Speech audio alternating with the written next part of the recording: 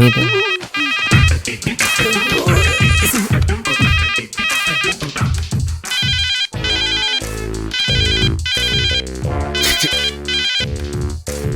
Sir నేనేం marks list sir ఇది 984867. ఇది మొబైల్ నెంబర్ లా ఉంది కానీ మార్క్స్ లిస్ట్ లా ఉందా? Sir economics 72%. వస్తాయండి. లెక్చరర్ మొహాన్ని యాసిడ్ కొడతాను బెదిరించి కాపీ రాస్తే ఎన్నైనా వస్తాయి. అయ్యో లేదన్నా, అది యాసిడ్ కాదు నాన్న, వాటర్, బిస్లరీ వాటర్. సార్ కి 18 సబ్జెక్ట్ ఏరియాస్ ఉండిపోయినాయి. అంటే సార్ కాలేజీకి వచ్చిన తర్వాత ఇంతవరకు చదవటం మొదలు పెట్టలేదు. మీ అబ్బాయి లాంటి వాళ్ళు నలుగురుంటే చాలు, కాలేజీలు మూసుకొని కళ్యాణ మండపాలు పెట్టుకోవాలి. అర్థమైంది సార్, ఏదో బిజీలో పడిపోయి ఈ ఒకసారి ఛాన్స్ ఇస్తే సార్. ఛాన్స్ ఇవ్వడానికి పిలవలేదండి, టీసీ ఇవ్వడానికి పిలిచాం. ఇవ్వండి, నాకేంటి ఇవ్వండి. ఇప్పుడే ఇవ్వండి. ఇవ్వండి అని వెళ్ళిపోతాడండి. మీ ఫాదరేగా? ప్లీజ్ సార్ ఏదో మెరిట్ స్టూడెంట్ కి అన్యాయం చేయనట్టు మాట్లాడుతాండి. Get out. Take TC and get out. Hi Pandu. Hi Nimmi, చెప్పరా ఏంటి? మీ ఆయన ఊళ్ళోనే ఉన్నాడా, బొంబాయి వెళ్ళిపోయాడా? ఏంటి ఫోన్ తీయట్లేదు? ఏం చెప్పమంటావురా, ఇప్పటి వరకు 2 idiots నా ఎదురుగా కూర్చున్నారు. ఇప్పుడే జస్ట్ వాళ్ళు వెళ్ళిపోయారు, నీ ఫోను. ఇంతకీ నా కొత్త ఫ్లాట్ గురించి ఏం చేసావు? మా కరెస్పాండెంట్ కి తెలియకుండా 5 మెడికల్ సీట్లు నొక్కేశా. అందులోంచి 1 కోటి నొక్కేసి డస్ట్బిన్ లో ఉంచా. అవునా? అయితే నాకు ఫ్లాట్ రెడీ. రేపటి నుంచి మై హోమ్ అపార్ట్మెంట్స్ లో 401 ఫ్లాట్ నీదే. థ్యాంక్ యూ పండు. సాయంత్రం 7 గంటలకు గ్రీన్ పార్క్ హోటల్కి వచ్చాయి. అక్కడ ఇద్దరం ప్రైవేట్ గా కూర్చుని ఇంటీరియర్ డెకరేషన్ గురించి మాట్లాడుకున్నాం. పండు నాకు ఫ్లాట్. రే అవతల సీరియల్లో ఉన్నారు కదా, వాళ్ళ అన్ని ఫినిష్ అయిన తర్వాత చూస్తాం. పండు హలో పండు. షిట్, డెఫినెట్ గా ఇస్తాను.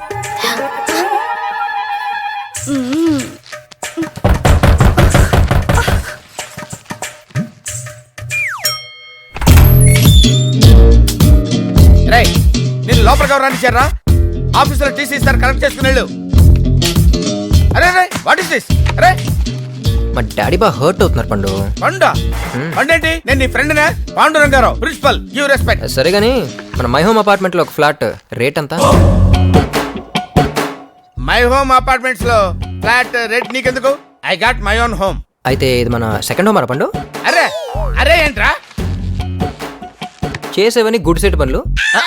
వెనకాల గాంధీ గారి ఫోటో, ఇంట్లో ఒకటి, గ్రీన్ పార్క్ లో ఒకటి, నువ్వెవరెక్కడ? ఇవన్నీ కవర్ చేయడానికి కరెస్పాండెంట్ కళ్ళు కప్పేటాలు, డస్ట్ బిన్ లో క్యాష్ కుప్పేటాలు. బాబు హ్యాండ్స్ ఇలా అయ్యమ్మా. నీకేం కావాలి బాబు? మా నాన్న ఫేస్ లో ఆనందం కనపడాలి. ఏది పిలు? ఎందుకు మళ్ళీ పిలిపించారు? ఎందుకేంటి సార్, బంగారం లాంటి కుర్రోడు సార్. మార్కులు రాకపోతే ఏంటి సార్? బిహేవియర్ ముఖ్యం సార్. తండ్రి మీద ఇతనికి ఎంత గౌరవం ఉందో తెలుసా సార్? ఎందుకు సార్ గోల్డ్ మెడల్స్ ఇవన్నీ తీసుకొని చెత్తపుట్లో పడేసుకోవడానికి సార్?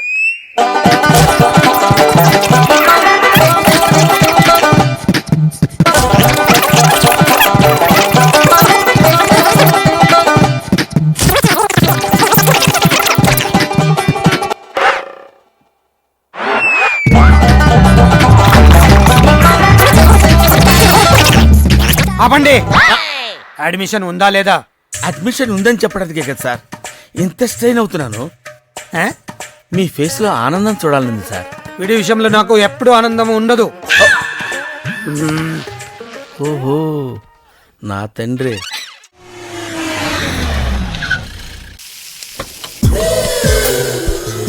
రండి సార్ కూర్చోండి సార్. ఈ తొక్కల టీపా మీద కూర్చోలా?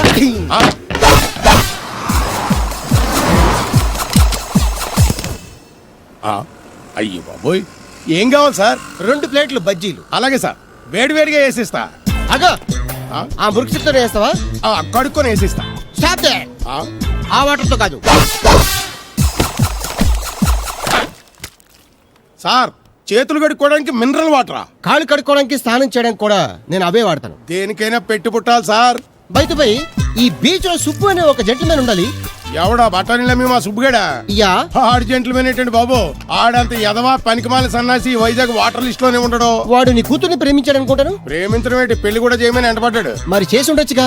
ఆడిక సిగ్నల్ దగ్గర చిల్లర అడుక్కునే సన్నాసికని ఇచ్చి పెళ్లి చేస్తాను గానీ ఆడికిచ్చి పెళ్లి చేయండి. ఏ నెలకి 400 సంపాదించలేడు ఎదవా.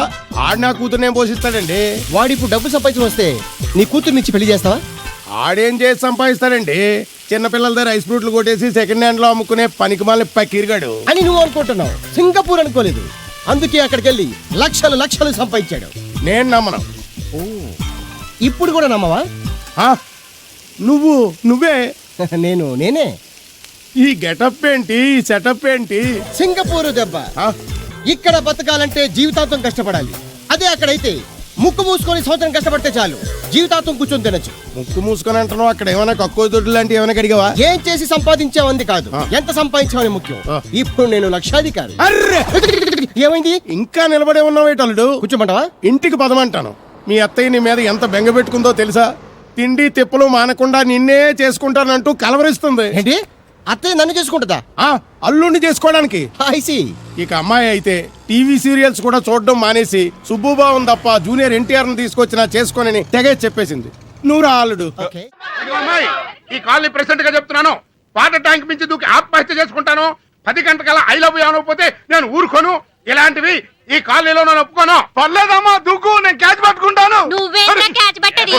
బద్మాషోడా, పని పాట లేదురా? క్యాచులు పడతారా? క్యాచులు. లైఫ్ లో ప్రేమలో పెళ్లిలో ఇవన్నీ వేస్ట్. అందుకేనమ్మా మా మొగుళ్ళని వదిలేసి మేము హాయిగా ఇలా బతుకుతున్నాం. అమ్మాయి, ఇట్ట బతికే కంటే దూకడమే బెటరు. దూకేయ్. రేయ్, ఆ అమ్మాయిని దూకమని చెప్తాను రా. మరి లేకపోతే ఏంటి సార్? లవ్వే లైఫా? ఇంకేం లేదా? ఇప్పుడు మీరు ఉన్నారు సార్, 5 ఏళ్ళుగా లెక్కలు చేయట్లేదు. అయినా మీరు హ్యాపీగా కన్ను చేతిలో పట్టుకొని ఫుల్లాగా తిరగట్లా? ఏమిటి 5 ఏళ్ళుగా లెక్కలు లేవా? లెక్కలు లేవా కాదు, లేవు. ఆయనకి అసలు లెక్కలు రావు. అది ఆయన పర్సనలు. నీకేమిటి మధ్యలో? అరే ఎవరు చూడు ఆయన అండర్ ఎస్టిమేట్ చేసేవాళ్ళే. ఇప్పుడు ఆ అమ్మాయి దూకడానికి ఈయనకి లెక్కలు రాకపోవడానికి ఏమిటి సంబంధం? ఎందుకు ఆయన దీని మధ్యలో లాగుతున్నారు? వారిని అమ్మకడు మారా ఆ లెక్కలు లాగారా? నువ్వే కదా ఆయనకి లెక్కలు రావు అంటూ వాళ్ళకి ఇంటిచ్చింది. సార్ సార్ వెళ్తారా సార్? ఉన్నాడు సార్, ఇవాళ ఈ సంగతి తేలిపోవలసిందే. ఇదిగో అందరు ఎట్లాడయ్యా, మొత్తం ఎట్లాండి. అమ్మాయి నువ్వు దూకబాక ఉంటూ, నీ సంగతి కాసేపు ఆగి తెలుస్తాం. ముందు నేను లెక్కలు చూసి అందరు వచ్చారా? సరే, ఇవాళ నాకు ఈ సంగతి తేలిపోవలసిందే. చెప్పండి, ఎందుకు ప్రపంచంలో జరిగే ప్రతిదాని మధ్యలోకి ఆయన లాగుతున్నారు? ఆయన మీ కంటికి ఎందుకంత చీప్ గా కనిపిస్తున్నాడు?